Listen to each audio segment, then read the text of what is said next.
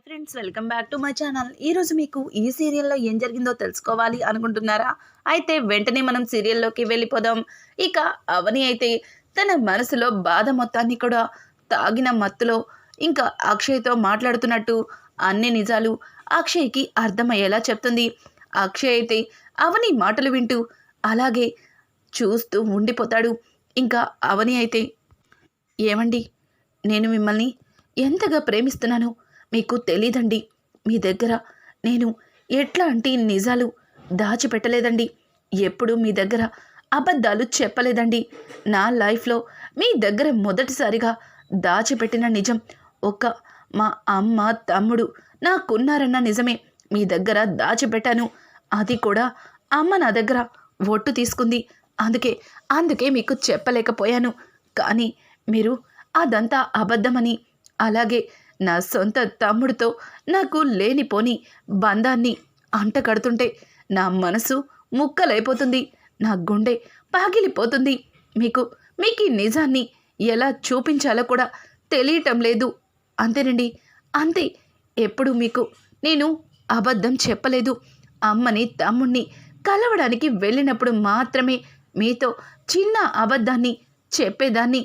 మీరు నన్ను అనవసరంగా అపార్థం చేసుకుంటున్నారు. కావాలని నన్ను దూరం పెడుతున్నారు. ఎవరో చెప్పిన మాటలు విని నా మీద కోపాన్ని తెచ్చుకుంటున్నారు అని చెప్పి ఇక అవని అయితే తన మనసులో ఉన్న బాధని ఇంకా అక్షయ్కి అర్థమయ్యేలా చెప్తుంది. అక్షయ్ అవని చెప్పిన మాటలకి, మరి భరత్ నీ తమ్ముడైనప్పుడు, మరి నీకొక అమ్మ ఉన్నప్పుడు ఎక్కడ వాళ్ళు ఎక్కడికి వెళ్ళినట్టు అని అడగడంతో ఆ రోజు మిమ్మల్ని కూడా నాతో పాటు హాస్పిటల్కి తీసుకెళ్ళాను కదా, అక్కడి నుంచి వాళ్ళిద్దరూ వెళ్ళిపోయినట్టుగా మమ్మల్ని వెతకద్దు అని చెప్పి లెటర్ కూడా పెట్టి వెళ్ళారు. మరి మీకు వాళ్ళని ఎక్కడి నుంచి తీసుకొచ్చి చూపించనండి అని చెప్పి ఇక అవని అయితే అక్షయ్తో చెప్తుంది. అక్షయ్, తాగిన వాళ్ళు నిజమే మాట్లాడతారని అందరూ అంటూ ఉంటారు. అవని చెప్పిందంతా నిజమేనా? అనవసరంగా నేను అవనిని అపార్థం చేసుకుంటున్నానా అని చెప్పి ఇక అక్షయ్ ఒక్క క్షణం అవని చెప్పిన మాటల గురించి ఆలోచిస్తాడు. అవని అక్షయ్ని చూసి, ఈయన నేను చెప్పిందంతా నమ్మారా అన్నట్టుగా అవని కూడా అలాగే చూస్తుంది. ఇంకా అవని, ఏవండి, మీరు నన్ను దూరం పెడితే నేను తట్టుకోలేనండి. నా వల్ల ఇట్లాంటి చెడు అలవాట్లకి బానిసైతే మీ ఆరోగ్యం ఏం కావాలండి? ఎప్పుడు తాగనని నాకు మాట ఇవ్వండి. ఒకవేళ మీరు తాగితే కనుక ఇప్పట్లాగానే ఆ మందు తీసుకొని నేను కూడా తాగేస్తాను అని చెప్పి అక్షయ్కి అవని చెబుతూ ఉంటే ఇక అక్షయ్, సరే నిద్రపో అని చెప్పి జాగ్రత్తగా అవనిని లేపి మంచం మీద పడుకోబెడతాడు. అవని కూడా మంచం మీద పడుకుంటూ అక్షయ్ని పట్టుకుంటుంది. అక్షయ్, నువ్వు నిద్రపో అని చెప్పి అక్షయ్ అవనిని పడుకోబెడతాడు. అవని కావాలని అక్షయ్ తనను నమ్మాడా లేదా అని, ఏవండి, నన్ను నమ్మండి, నేను మీకు అబద్ధం చెప్పలేదండి, నేను చెప్పిందంతా నిజమేనండి అని చెప్పి కలవరిస్తున్నట్టుగా మాట్లాడుకుంటూ అలా నిద్రలోకి జారుకుంటుంది. ఇదంతా విన్న తర్వాత అక్షయ్కి అవని మీద నమ్మకం వస్తుంది. కానీ బాబీ ఎందుకు అలా చెప్పాడో అక్షయ్కి అర్థం కాదు. అసలు బాబీ ఏ సాక్ష్యం లేకుండా ఎందుకు అవనికి భరత్కి లేని సంబంధాన్ని అంటకట్టాడు? వాళ్ళిద్దరి మధ్యలో కేవలం అక్క తమ్ముడు అనే బంధం తప్ప ఇంకే బంధం లేదు. కానీ వీడు వాళ్ళిద్దరి మధ్యలో ఉన్న సంబంధానికి తప్పుడు బంధాన్ని అంటకట్టి నా మనసులో లేని ఆలోచనని కల్పించాడా, లేక అవని కావాలని నా నుంచి తప్పించుకోవడానికి ఇట్లాంటి మరొక అబద్ధాన్ని మొదలుపెట్టిందా అని చెప్పి అక్షయ్కి ఏమీ అర్థం కాక ఇక అలా తను కూడా నిద్రలోకి జారుకుంటాడు. ఇక్కడ చూస్తే కమల్ అయితే తను నడుం నొప్పితో నానా ఇబ్బంది పడుతూ ఉంటే బామ్మగారు ఒక తైలాన్ని తీసుకొచ్చి ఇంకా కమల్కి రుద్దుతూ ఉంటుంది. కమల్, ఒసే బామ్మ, నీ చేతులతో రుద్దితే నాకు నడుం నొప్పి కాదే, నొప్పి ఎక్కువయ్యి నడుం పూర్తిగా విరిగేలా ఉంది. పల్లవి, దాన్ని నువ్వే రాయొచ్చు కదా అని అంటూ ఉంటే ఇక పల్లవి ఆ తైలాన్ని తీసుకుని కమల్కి మృదువుగా రాస్తూ ఉంటుంది. కమల్ అబ్బా ఇప్పుడు ఇప్పుడు హాయిగా ఉంది అని చెప్పి ఇంకా పల్లవి తన మనసులో వీడిని ఎలా అయినా సరే నా వలలోకి లాక్కోవాలి, నా చుట్టూ తిప్పుకోవాలని ఎంత ప్లాన్ చేసినా అస్సలు వర్కౌట్ అవ్వట్లేదని చెప్పి పల్లవి ఆలోచిస్తూ ఇంకా కమల్కి గట్టిగా రుద్దుతుంది. అబ్బా పల్లవి, నువ్వు కూడా ఆ ముసల్దాన్లాగా నన్నడం విరక్కొడతావా ఏంటి? ఏమొద్దు, నేను మా వదినతో రాయించుకుంటాను అని చెప్పి ఇంకా కమల్ దాన్ని తీసుకుని మంచం దిగపోతుంటే, పెద్దావిడ నోరు ముయ్యరా, నువ్వు వదినతో రాయించుకోవడమేంటి? నోరు మూసుకుని పల్లవితో రాయించుకో, పల్లవి జాగ్రత్తగా రాయమ్మా అని చెప్పి అక్కడి నుంచి పెద్దావిడ బయటికి వెళ్ళి డోర్ వేస్తుంది. ఇక పల్లవి అయితే, ఎందుకు బావా అలవాట్లేని పనులు ఇవన్నీ, అయినా నీకు ఎవరు చేయమన్నారు? హ్యాపీగా ఉందామనుకునే లోపే అంత చెడగొట్టావు అని చెప్పి ఇక దుప్పటిని కమల్ మీదకి విసురుకొట్టి పల్లవి పక్కకి తిరిగి పడుకుంటుంది. ఇక కమల్ అయితే, పల్లవి ఎప్పుడు కూడా నాతో ఇంత ప్రేమగా లేదు, ఇప్పుడు పల్లవి నా మీద చాలా ప్రేమని చూపిస్తుంది, కానీ అనవసరంగా ఆ డాక్టర్ గారు చెప్పిన ఫీట్స్ అన్నీ చేసి నడుం విరిగేలా చేసుకున్నాను, పాపం నా వల్ల పల్లవి బాగా డిసప్పాయింట్ అయినట్టుంది అని చెప్పి కమల్ తన మనసులో అనుకుంటూ పల్లవి సారీ అని చెప్పి తన షోల్డర్ మీద చెయ్యి వేయడంతో పల్లవి చేతిని ఇదిలించుకొని పక్కకి తిరిగి పడుకుంటుంది. ఇక అలాగే కమల్ కూడా అమ్మా అమ్మా అనుకుంటూ నడుం పట్టుకుని ఇక అలా నిద్రపోతాడు. ఉదయాన్నే పార్వతి అయితే కిచెన్లో ఏదో పని చేస్తూ ఉండగా ఇంతలో అక్కడికి అవని కూడా వస్తుంది. అత్తయ్య గారు ఏంటి ఇంత ఉదయాన్నే లేచారు, నన్నెందుకు లేపలేదు అని అంటూ ఉంటే, నువ్వు ఇంట్లో పనులన్నీ చేసి అలసిపోతావు, రోజు అందరికంటే ముందుగానే లేస్తావు, ఈ ఒక్కరోజుకి కాస్త లేటుగా లేస్తే తప్పేముంది, అందుకే నేనే అందరికీ కావలసిన కాఫీ కలుపుతున్నాను అని చెప్పి ఇక పార్వతి మాట్లాడుతుంటే, అయ్యో అత్తయ్య గారు మీరు పక్కకి జరగండి, నేను కలుపుతాను కాఫీ అని చెప్పి ఇక అవని అందరి కోసం కాఫీ రెడీ చేసి తీసుకుని వెళ్తుంది. ఇంకా అందరికీ కాఫీలు ఇస్తూ ఉండగా ఇంతలో ఆరాధ్య, మమ్మీ ఈరోజు నువ్వు డాడీ స్కూల్కి రావాలి అని చెప్పడంతో, ఏంటమ్మా ఇద్దరం ఎందుకు స్కూల్కి రావాలి అని అడుగుతూ ఉంటే, మమ్మీ ఈరోజు పేరెంట్స్ మీటింగ్ ఉంది, మమ్మీ డాడీ ఇద్దరూ రావాల్సిందే అని అంటుంటే ఆరాధ్య మాటలకి ఇక అవని నవ్వుతూ, ఆరాధ్య చిన్నపిల్లలా మాట్లాడకు, పేరెంట్స్ మీటింగ్కి ఎవరో ఒక్కరొస్తే సరిపోతుంది, దానికి మీ డాడీ ఎందుకు, నువ్వు కావాలని చేస్తున్నావు అని అంటుంటే, కాదు మమ్మీ ఈరోజు నీతో డాడీతో కలిసి నాకు బయటికి వెళ్ళాలని ఉంది, మామూలుగా అయితే మీరు రారు కదా, అందుకే పేరెంట్స్ మీటింగ్ అని అబద్ధం చెప్పాను, సారీ మమ్మీ అని చెప్పి ఆరాధ్య తన చెవులు పట్టుకుని గుంజుళ్ళు తీస్తున్నట్టు చేస్తుంది. అది చూసిన అందరూ నవ్వుతారు. ఇంకా రాజేంద్ర అయితే అందరూ సంతోషంగా ఉండడం చూసి చాలా హ్యాపీగా ఫీల్ అవుతాడు. ఆ తరువాత అలా కొంతసేపటికి అక్కడికి చక్రధర్ అలాగే తన భార్య అక్కడికి రావడంతో ఒక్కసారిగా పల్లవి వాళ్ళిద్దరినీ చూసి, డాడ్ మామ్ ఏంటి ఇలా వచ్చారు అని అంటూ ఉంటే ఆ మాటలకి చక్రధర్ భార్య, ఏం లేదమ్మా, నీకోసమే నిన్ను చూసి వెళ్ళాలనిపించి అని చెప్పడంతో దానికి ఇక రాజేంద్ర, మంచి పని, మీరు సమయానికి వచ్చారు, నేనే మీకు ఫోన్ చేసి రమ్మని చెప్పాలి అనుకున్నాను అని చెప్పడంతో ఒక్కసారిగా చక్రధర్, ఏంటి బావా మమ్మల్ని రమ్మని పిలవాలనుకున్నావా అని అంటుంటే, అవును చక్రధర్, నేనే మిమ్మల్ని రమ్మని పిలవాలి అనుకున్నాను, బిజినెస్ గురించి నీతో మాట్లాడాలి అని చెప్పడంతో ఇక అందరూ కూడా రాజేంద్ర వైపు చూస్తారు. ఇంకా పల్లవి అయితే చక్రధర్ వైపు చూసి ఏమైంది అన్నట్టుగా అడగడంతో చక్రధర్ కూడా నాకు తెలీదని ఇక పల్లవితో అంటాడు.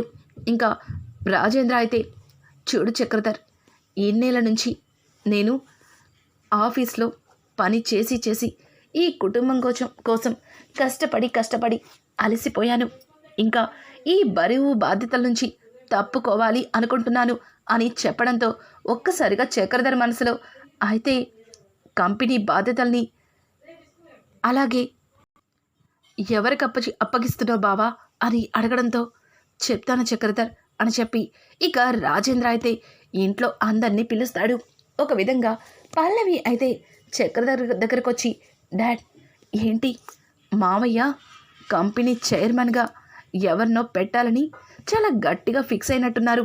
ఖచ్చితంగా అది మీరేమో అనిపిస్తుంది. ఎందుకంటే మావయ్య మీతో కలిసి బిజినెస్ స్టార్ట్ చేశారు. ఇక మావయ్య బిజినెస్ నుంచి తప్పుకుంటే తర్వాత ఆ బిజినెస్లో చైర్మన్ పోస్ట్లో ఉండేది నువ్వే కదా. కంగ్రాట్స్ డాడ్ అని చెప్పి ఇంకా పల్లవి అయితే చక్రధర్కి కంగ్రాట్స్ చెప్తుంది. చక్రధర్ కూడా దానికి చాలా సంబరపడతాడు. నిజంగానే బావ నన్ను చైర్మన్గా చేస్తే అంతకంటే సంతోషం ఇంకేముంది. ఇన్నేళ్ల నుంచి నేను కోరుకున్నది జరగబోతుంది అని చెప్పి చక్రధర్ కూడా ఆనందపడతాడు. ఇంతలో వాళ్ళ కుటుంబ సభ్యులందరూ కూడా హాల్లోకైతే వస్తారు. అక్షయ్ అయితే నానా ఎందుకు నన్ను రమ్మన్నారు అని అంటుంటే చెప్తా అక్షయ్, ఈ ఇంటి పెద్ద కొడుకుగా కంపెనీ బాధ్యతల్ని అలాగే ఇంటి బాధ్యతల్ని నువ్వే తీసుకోవాలి. అంటే కంపెనీ చైర్మన్గా ఈ రోజు నుంచి నిన్నే నియమిస్తున్నాను అని చెప్పడంతో ఒక్కసారిగా అవనికి ఫీజులు ఎగిరిపోయినంత పని అవుతుంది. ఇక చక్రధర్ అయితే చాలా కోపంగా చూస్తాడు. దానికి పల్లవి అయితే అది మావయ్య గారు అని అంటుంటే ఏంటమ్మా నేను అన్నీ ఆలోచించే తీసుకున్నాను. ఇంటికి పెద్ద కొడుకు అలాగే అక్షయ్కి మన కంపెనీ గురించి అలాగే కంపెనీలో ఉన్న ప్రతి కాంట్రాక్ట్ గురించి డీలర్స్తో ఎలా మాట్లాడాలి అన్నీ కూడా వాడికి బాగా తెలుసు. ఇందులో వాడు నాకంటే ఓ మెట్టు ఎక్కువలోనే ఉన్నాడు. అందుకే వాడి మీద ఉన్న నమ్మకంతో ఇంత పెద్ద బాధ్యతని అప్పగిస్తున్నాను. చూడు అక్షయ్, ఈరోజు త్వరగా ఆఫీస్కి వెళ్ళాలి. నేను మన కంపెనీ డీలర్స్ అందరినీ రమ్మని చెప్పాను. అందరితో కూడా మాట్లాడి నిన్ను కంపెనీ చైర్మన్గా ఈరోజు అందరి ముందు ఈ బాధ్యతలు నువ్వు తీసుకోవాల్సి ఉంది అని చెప్తుంటే కమల్ గట్టిగా క్లాప్స్ కొట్టి నానా మీరు చాలా మంచి నిర్ణయం తీసుకున్నారు. ఒకవేళ అదే పోస్ట్ నాకు ఇస్తే నాకు ఏం చేయాలో తెలియక నేను అంత గందరగోళం చేసేవాడిని. కానీ నువ్వు అన్నయ్యకి ఈ పోస్ట్ ఇచ్చి చాలా మంచి పని చేసావు అని చెప్పి ఇంకా కమల్ అయితే గట్టిగా క్లాప్స్ కొడుతూ తెగ సంబరపడిపోతాడు. కానీ పల్లవికి ఇదేదీ నచ్చదు. వాళ్ళని ఇంటి నుంచి వెళ్ళకట్టాలి అనుకుంటే ఈయనేంటి ఈయనకి పట్టం కట్టి రాజ్యాన్ని అప్పగిస్తాను అంటున్నాడు. నేనుండగా అట్లాంటిదేది జరగనివ్వను అని చెప్పి ఇక పల్లవి అయితే చాలా కోపంగా అక్కడి నుంచి వెళ్ళిపోతుంది. ఇంకా పల్లవి వెనకమాలే చక్రధర్ కూడా వెళ్తూ పల్లవి ఏంటి దంతా, అసలు ఏం జరుగుతుంది? ఆ అక్షయ్ అలాగే అవనిల్ని ఇంటి నుంచి వెళ్ళగొట్టాలి అనుకుంటే మీ మామయ్య వాళ్ళకి ఏకంగా ఆస్తిని అలాగే కంపెనీలని అప్పగిస్తాను అంటున్నాడు అని అంటుంటే డాడ్ ఆయన ఎన్ని చేసినా అది జరగదు.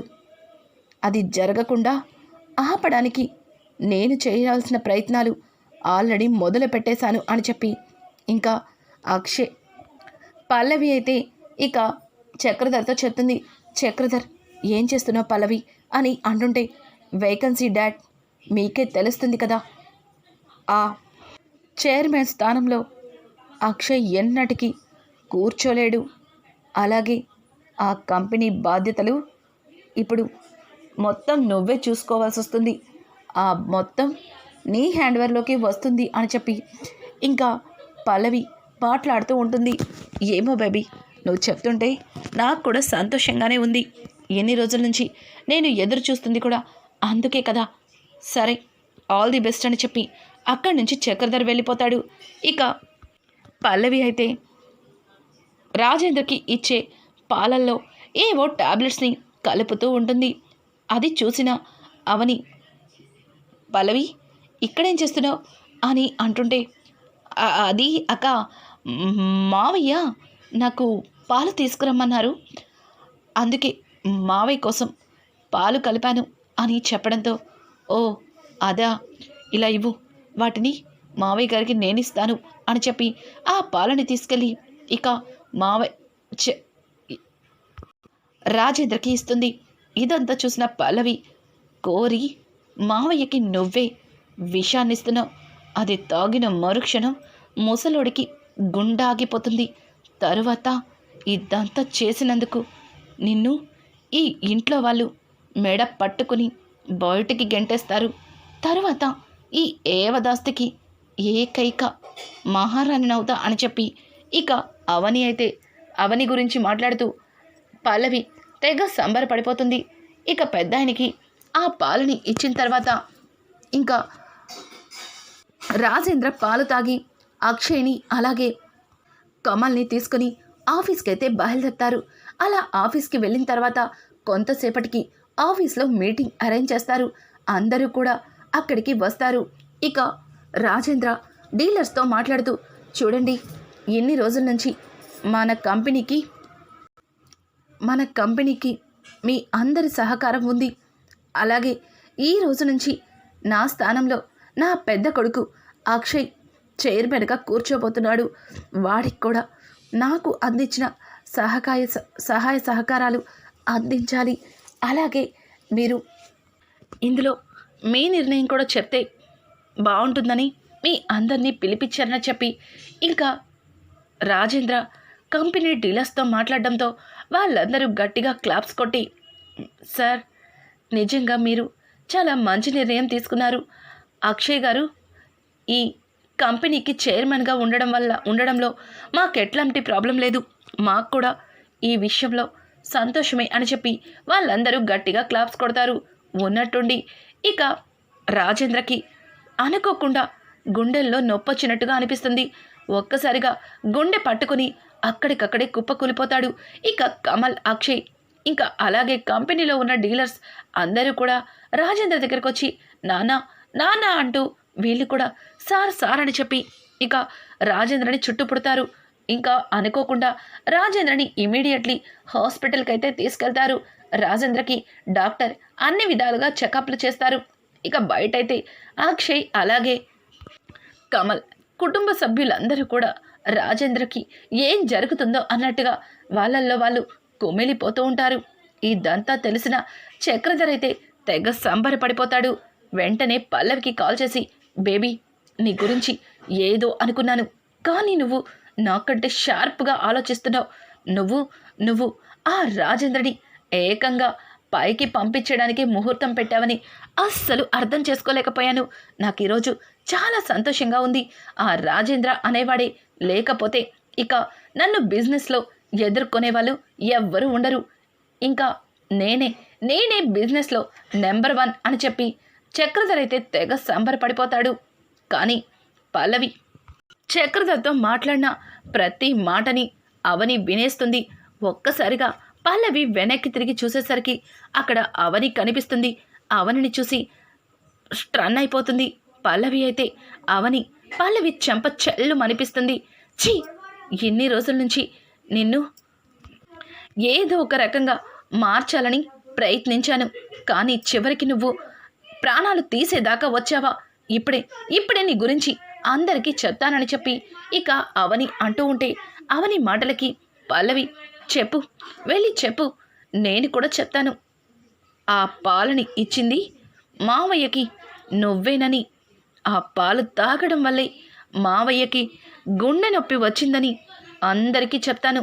ఆ తరువాత మావయ్య గారి పరిస్థితికి కారణమైన నిన్ను ఈ ఇంట్లో ఉంచుతారని, నువ్వు చెప్పింది నమ్ముతారని ఎలా అనుకుంటున్నావు? ఇప్పటికే నీ భర్త నువ్వు చేసిన తప్పులకి నీ మీద చాలా కోపంతో ఉన్నాడు. ఇప్పుడు కనుక వాళ్ళ నాన్నకి ఇట్లాంటి పరిస్థితి రావడానికి కారణం నువ్వే అని తెలిస్తే ఇక జీవితంలో అక్షయ్ బావ నీ మోహం కూడా చూడ్డు అని చెప్పి పల్లవి ఇక అవనిని బెదిరిస్తోంది. అవని ఏం మాట్లాడాలో తెలియక అక్కడికక్కడే కుప్పకూలిపోతుంది. రానున్న ఎపిసోడ్స్లో ఇక అవని పల్లవికి ఏ రకంగా బుద్ధి చెప్పబోతుంది, అలాగే రాజేంద్ర తిరిగి ప్రాణాలతో ఇంటికి వస్తాడా? ఇట్లాంటి లేటెస్ట్ ఎపిసోడ్స్ మరిన్ని కావాలి అనుకుంటే మా ఛానల్ని సబ్స్క్రైబ్ చేసుకోవడం మాత్రం మర్చిపోకండి. Thanks for watching. Hi friends, welcome back to my channel. ఈరోజు మీకు ఈ సీరియల్లో ఏం జరిగిందో తెలుసుకోవాలి అనుకుంటున్నారా? అయితే వెంటనే మనం సీరియల్లోకి వెళ్ళిపోదాం.